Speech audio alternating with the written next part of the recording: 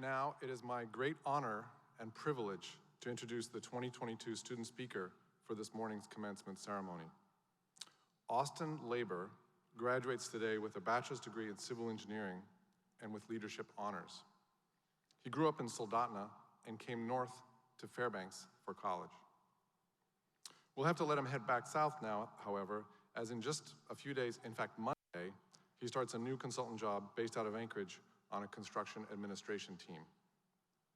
This is a great position for Austin, and we are proud that another UAF grad will be playing a role in building Alaska's future. Austin has done a lot while at UAF. He's founded clubs, he's participated in student governance, and he's worked on campus.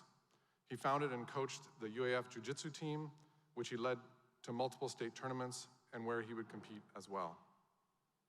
He's also helped out many of us in this room while he worked at the Office of Information Technology and the Department of Residence Life. I'm glad Austin chose UAF, and I can't wait to see what he does next. Please welcome your 2022 student speaker, Austin Labor.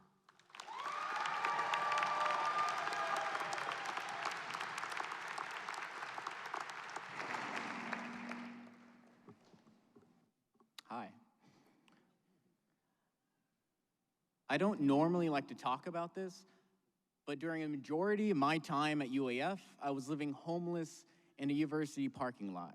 I started out in a Corolla, then a van, where I stole way too much energy, showered on campus, and worked multiple student jobs so I could afford to take as many credits as I could each semester. And after today, I'll be an engineer, debt-free, building infrastructure in remote Alaskan communities, making enough money where I may never have to financially struggle for the rest of my life. With my degree, I might possibly never have to worry about having a roof over my shoulders or food on my plate.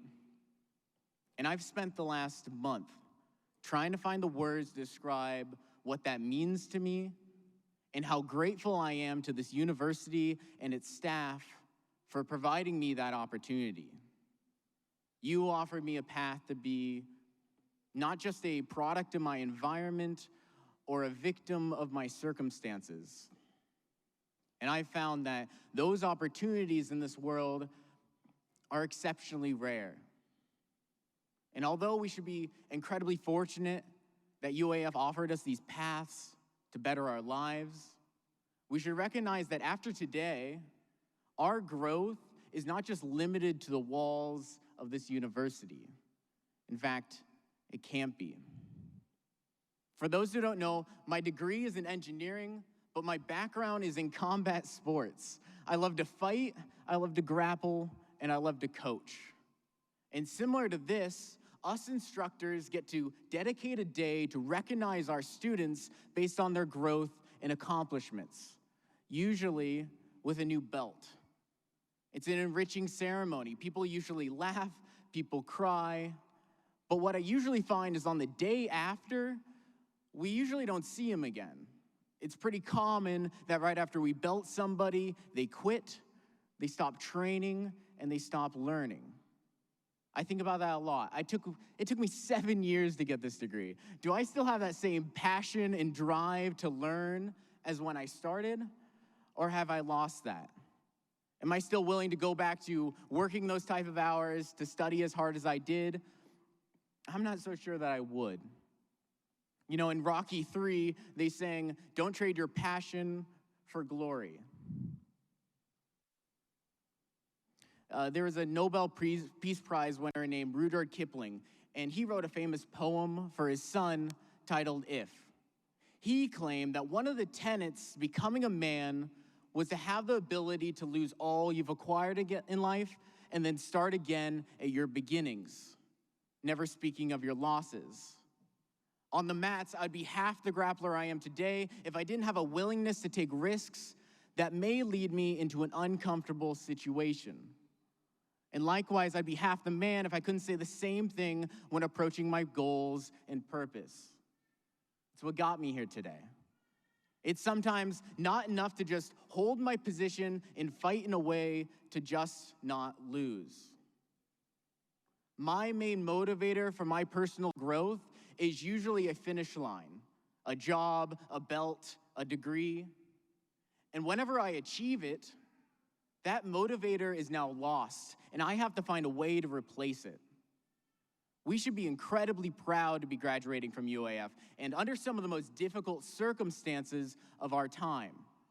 But if I were to let that piece of paper stunt my desire to continue to learn and grow after today, it'd be worthless, and I wouldn't want it. Today is a milestone, not an end, a pit stop, but not our final destination. Today, the bell rang and the ref called time, but he just signaled the end of the first round. Our fight's not over. We get our minute to drink some water, refresh, and then we have to get back out there. Just enough time to rest and reevaluate our plans. That's because what was given into our generation's hands were so many unique challenges with yet unknown solutions. With how many times I've had to hear that we live in unprecedented times, I fear that unprecedented is going to be our generation's precedent. If anyone will have the tools to survive, you've proven that it's this group of people. See, at UAF, it's challenging. It's rough. But if UAF only graduated the best and brightest of every class, I don't think I'd be here. No, the universal qualities I see in my fellow graduates are not their innate talents or natural gifts, but their ability to endure. It takes a certain type of Alaskan grit to be able to sleep in a dry cabin at 40 below. It also takes incredible willpower to wake up with only an hour of sun, isolated from home, and breathing in the same air that would freeze the oil in your cars. Everyone here has had to endure program cuts, spotty Zoom calls, and if you've eaten on campus, undercooked chicken. Earthquakes, blizzards, and wildfires. At UAF, it's truly not about how hard you can hit, but how hard you can get hit and keep moving forward. Our class was met with the additional struggles of a global pandemic and the growing pains that came with transferring to online courses. And despite all the odds, we endured. Years without seeing each other smile, we held on and endured. According to a YouGov statistic from last October, about a third of our graduating class, while working on your degrees at UAF, suffered a loss of a close friend or family member just due to COVID. And to suicide, I lost 2. Yet somehow, we endured. I don't know what our future entails, but if I've learned anything, it's that life is going to continue to be difficult and unpredictable. If not now, at some point in our lives, we're all going to have to deal with burnout and imposter syndrome, internal frustrations, and impossible decisions. We'll all find ourselves eventually, when our stamina bar is low and we're all out of flasks, in need of help. The only solution that I've found is to surround myself with people that are nothing less than spectacular. I am very proud of the things I've been able to accomplish in my life. But I'd be a fraud if I didn't recognize that I'm only here today because I've been blessed to have such incredible individuals in my life at multiple stages. I only stand here today atop of the giants who housed me where I know where to stay, fed me when I had nothing to eat, and motivated me when I thought I had nothing left to give. You are my heroes, and I want you to know that today I'll be celebrating you. You offered me something that I don't know how to repay. So my only hope is to eventually be that for someone else one day. That is my new motivator. To be a pillar of support for my friends in need and invest in these communities that I might not need anything from. I don't want to have to calculate a person's worth or weigh the social recognition. I don't have to sit by and wait until the pain has grown so heavy that they feel like their only option left is to ask for help. because I wouldn't have.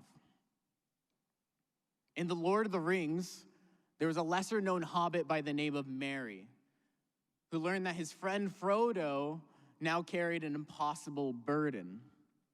He would tell Frodo, "You can trust us to stick with you through the thick and thin to the bitter end. But you cannot trust us to let you face trouble alone and then go off without a word. We are your friends, Frodo. We are horribly afraid, but we are either coming with you or following you like hounds." So as we send you off to experience your own inspiring and arduous quests, my parting ask is for you to find a way to be a Merry to someone's Frodo. And again, to the class of 2022, I appreciate your time and congratulations on your successes. If no one has told you yet today, I am proud of you. And I wish for you nothing but immense joy and valuable friends for the next chapter of your lives. Thank you.